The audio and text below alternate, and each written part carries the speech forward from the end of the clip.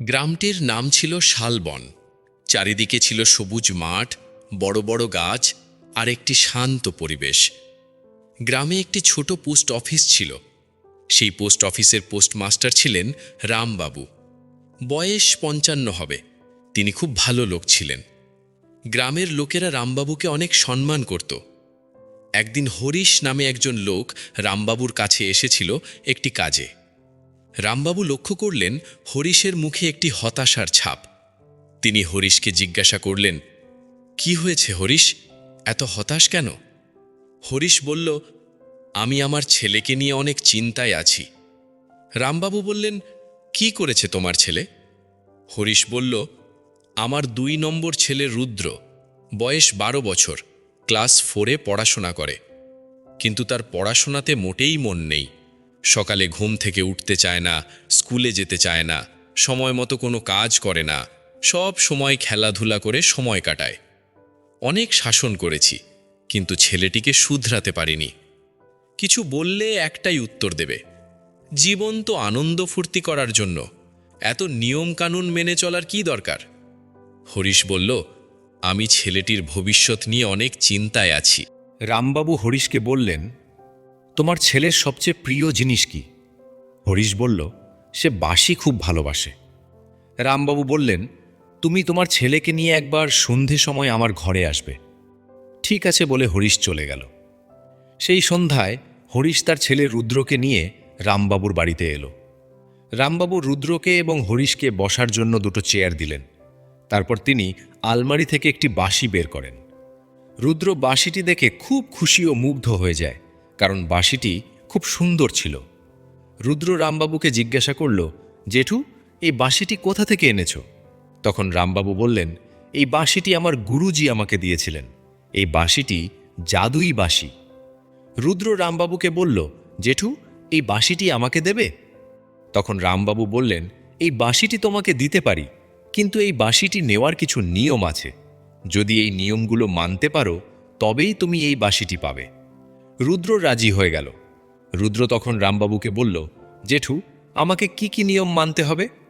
রামবাবু বললেন, এই নিয়মগুলি হলো, তোমাকে এখন থেকে রোজ ভোরে ঘুম থেকে উঠতে হবে, নিয়ম করে পড়াশোনা করতে হবে, স্কুলে যেতে হবে, মা বাবা এবং গুরুজনের কথা শুনতে হবে, সব কিছু অনুশাসন মেনে চলতে হবে।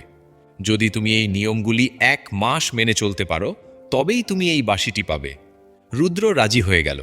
পরদিন সকালে হালকা কুয়াশা, পাখির মৃদু ডাক আর সেই নীরবতার মধ্যে রুদ্রের চোখ খুলল। কিন্তু সে উঠতে চাইছিল না। বিছানার উষ্ণতা তাকে টানছিল। একবার তার মনে হয়েছিল, থাক, আজ থেকে নয়, কাল থেকে উঠব। আজ যদি না উঠি কি হবে? ঠিক তখনই তার সেই সুন্দর বাঁশিটার কথা মনে পড়ল। সে ধীরে ধীরে উঠে বসল। সেই দিন থেকে তার লড়াই শুরু হলো, নিজের সাথে, নিজের অলসতার সাথে। প্রথম কয়েকদিন তার খুব কষ্ট হয়েছিল। তার চোখ দুটো ঘুমে ঝিমিয়ে আসছিল, মনটা স্থির হচ্ছিল না।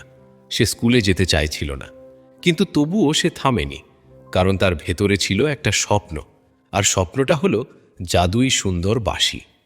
এইভাবে দিন যেতে লাগলো। 1 সপ্তাহ, 2 সপ্তাহ। ধীরে ধীরে রুদ্র বদলাতে শুরু করল। রুদ্রের মা অবাক হয়ে দেখলেন, তার ছেলে এখন নিজে থেকেই বই নিয়ে পড়তে বসছে। এখন তাকে আর পড়ার জন্য বলতে হয় না। হরিশ একদিন চুপচাপ দাঁড়িয়ে দেখছিল রুদ্র ভোরে উঠে পড়ছে। তার চোখে জল চলে এলো। হরিশ মনে মনে ভাবছে, এই কি সেই আমার ছেলে যাকে আমি হারিয়ে ফেলছিলাম? গ্রামের মানুষও লক্ষ্য করল রুদ্রের পরিবর্তনটা। যে ছেলে সারাদিন খেলত, সে এখন নিয়ম মেনে চলে। তার চোখে এক নতুন আলো, মুখে এক অদ্ভুত শান্তি। এইভাবে 1 মাস কেটে গেল। একদিন সন্ধ্যায় রুদ্র আর তার বাবা আবার রামবাবুর বাড়িতে এলো। রুদ্রের মুখে আত্মবিশ্বাস, চোখে এক অন্যরকম দৃঢ়তা।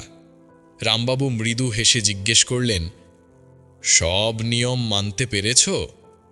রুদ্র মাথা নেড়ে উত্তর দিল, হ্যাঁ জেঠু, পেরেছি। রামবাবু ধীরে ধীরে আলমারি খুললেন এবং সেই সুন্দর বাঁশিটা বের করে রুদ্রের হাতে তুলে দিলেন। এই নাও, এটা এখন তোমার।